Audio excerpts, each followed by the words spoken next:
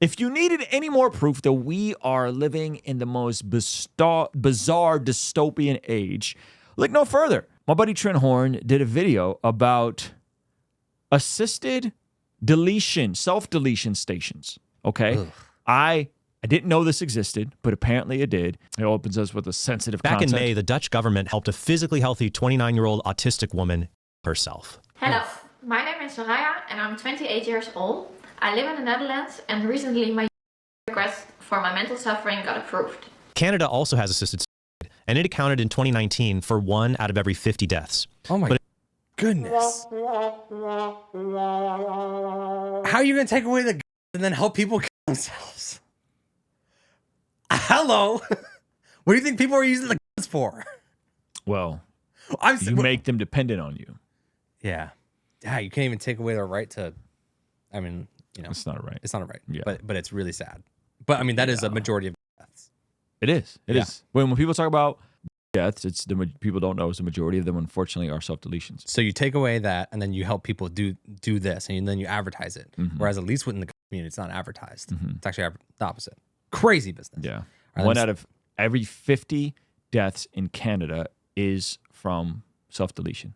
That's dark. That's super dark. Own life, we will use physical force to stop the person from doing that. Probably can't play too much of this, but he's emphasizing the point that in the U.S. it's the opposite. Like, we will like tackle you to the ground to save your life. I think that's phenomenal. Careening in a bobsled down this slippery slope. My God, you're 47. Like, you have your still a whole life ahead of you. You can change, you can do this. And I personally, I am too tired. I am not going to change. Like, I don't want to recover, meaning I don't want to gain weight. Imagine choosing over homelessness. That's what one St. Catharines man is contemplating. Tonight on City News, we continue to delve into medically assisted dying and how some believe it is their only option to living in poverty. Are you afraid to? Who isn't? Yeah, Amir Farsood has applied for medically assisted dying, known as MAID. He lives in constant agony due to a back injury, but has started the process for end of life because his rooming house is up for sale and he can't find anywhere else to live that he can afford. He barely survives on Ontario disability support payments, which are just over $1,200 a month. Yeah, y'all got to figure this out, Canada. Yeah, you got some issues. Y'all got to figure this out. You guys are already socialists. You mean to tell me you can't find a place for people to live? So they got to delete themselves? They got to delete themselves, dog? Like, this is the, let that play out. This is the typical, like, this is the typical, like, your pegs in a wheel in a system that's, like, designed to keep you, like, it's supposed, the idea of socialism is intended to sound so empathetic and so human first. But the moment there's no economic output, they'll just let you eat yourself. Yeah, and they'll provide you a program to do it. And they'll give you a program to do it. And it's like, or... you give them some of that government health care that you give out for free and find them a place to live. Hello. This isn't that complicated. Not at all. He doesn't want to die, but being homeless is not an option. Farsood meets the criteria for MAID, physical suffering due to disability that cannot be relieved. His doctor, who knows Farsood's real reason for MAID is his fear of being homeless, signed off on the application in August. No! Oh my gosh. No! What are we doing, Canada? They passing out MAID like it's daggone medical marijuana card. Like, you know, my gosh. You got some back pain? And wink, they know if he knows that the point is not for him to relieve his suffering, he's really just afraid of being homeless, then you can't find him a program? Yeah. All them daggone programs y'all got, y'all can't find him a program? That's insane. Oh, this is sick. Yep. Farsood needs a second to do the same. And the lack of respect shown to the in these systems is absolutely astounding. Switzerland just approved pods that use nitrogen to asphyxiate people to death. Okay, this is where it gets really dystopian. This is where, like, oh, we've completely lost our mind. Where do you say this was, France? Switzerland. Switzerland. Oh. Switzerland. Wow. And you know what the sad part about Switzerland is that there's deep Christian influence there in Sweden and Switzerland. Sweden more so than Switzerland. Brutal. Switzerland has done the unthinkable. It has introduced a machine for painless suicide. A coffin-like device made with a 3D printer. It can be transported to idyllic locations. Pause it. This is a sickness of the highest order. You mean to tell me, maybe it's different in Switzerland, But you mean to tell me y'all were able to 3D print this thing, but you can't 3D print a house to put homeless people in? Dang. Yo, halfway there. You made a shelter. You just need a little bit more space.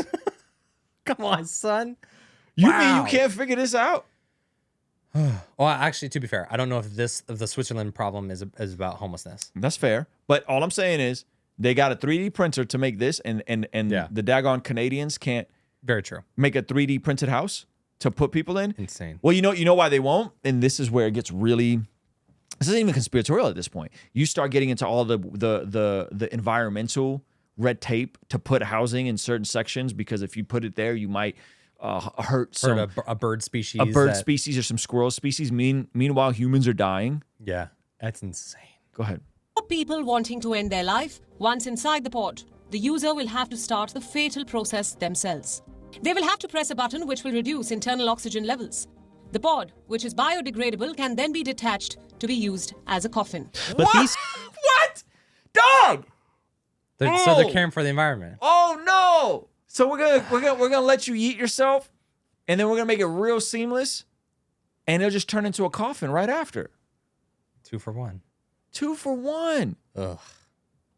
Oh man, go ahead. Same liberal activists would probably say that forms of capital punishment that use nitrogen to constitutes cruel and unusual punishment and should not be inflicted on anyone. Hello. In fact, here's one account of an inmate who was executed via nitrogen asphyxiation. Smith's spiritual advisor, Reverend Jeff Hood, who was at Smith's side for the execution, gave his own account. What we saw was minutes of someone struggling for their life. 5 journalists who were allowed to watch the said that after the nitrogen began to flow, Smith shook his head and writhed on the gurney for about 2 minutes. Ugh, this is dark.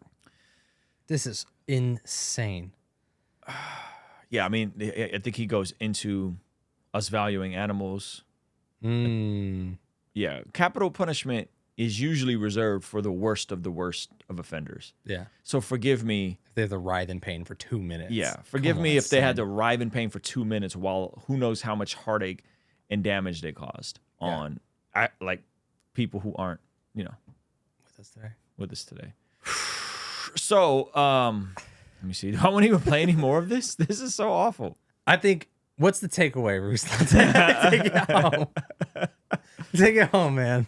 We laugh to keep from crying. This is awful. So, the takeaway is we are called to be the light of the world. We are called to be the hands and feet of Jesus. We are called to usher in beauty and goodness. And it's not going to be done by the state. It's not going to be done by the government. It's not going to be done by those who are in elite levels of power, who are infiltrated by bureaucracy, who have a completely antichrist, I don't know how else to say it, antichrist satanic paradigm of the world. Those are not going to be the people that solve this stuff. It's going to be the people who do their part to contribute to their communities, usually starting from the overflow of impacting their home through their choices. And then that's going to extend to the local community. And as that extends to the local community, that could extend to the regional and hopefully, God willing, to the national. Yeah. That's how these things happen. And so there's so many. See, no one gets here from one choice. This is a combination of a worldview. This is a combination of a breakdown in the community, a breakdown in the family, a lack of access to hope and people that can inspire them.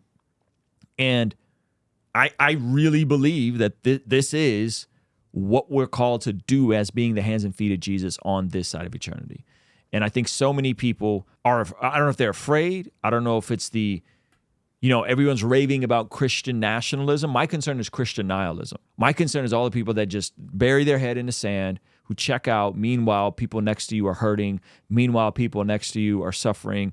And I'm not saying that you and I are going to single-handedly figure out homelessness and fix poverty. And by the way, Jesus said the homeless will always be among you. The poor will always be among you, right? But what I am saying is, I think if we do our part and we control the controllables and we contribute in the way that we can contribute, like everyone under the name of Jesus, everyone under the banner of Jesus, I don't care if you're Catholic, I don't care if you're Protestant, I don't care if you're Eastern Orthodox, under the banner of Jesus, we are called to be the light of the world.